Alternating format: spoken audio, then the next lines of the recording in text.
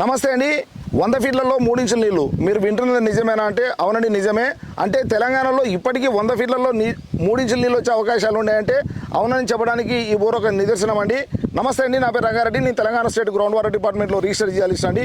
చూడండి, ఇక్కడ కనపడుతున్న ఈ బోరు వనపర్తి పట్టణాన్ని కానుకొని రాజనగరం దగ్గర ఎల్ఐసి విశ్వనాథం అనే సార్కు సర్వే చేసిన పాయింట్ అండి.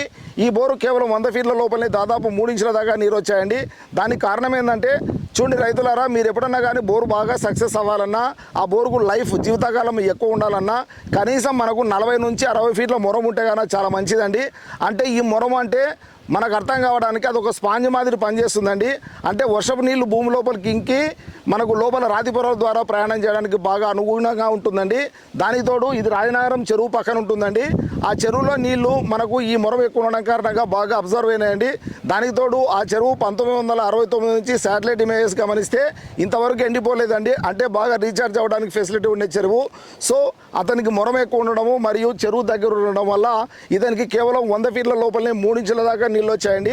అంటే రైతులారా, మీరు బాగా గమనించండి, బోర్లో నీరు అత్యధికంగా రావాలన్నా సక్సెస్ కావాలన్నా లోతు అనేది ఇంపార్టెంట్ కాదండి.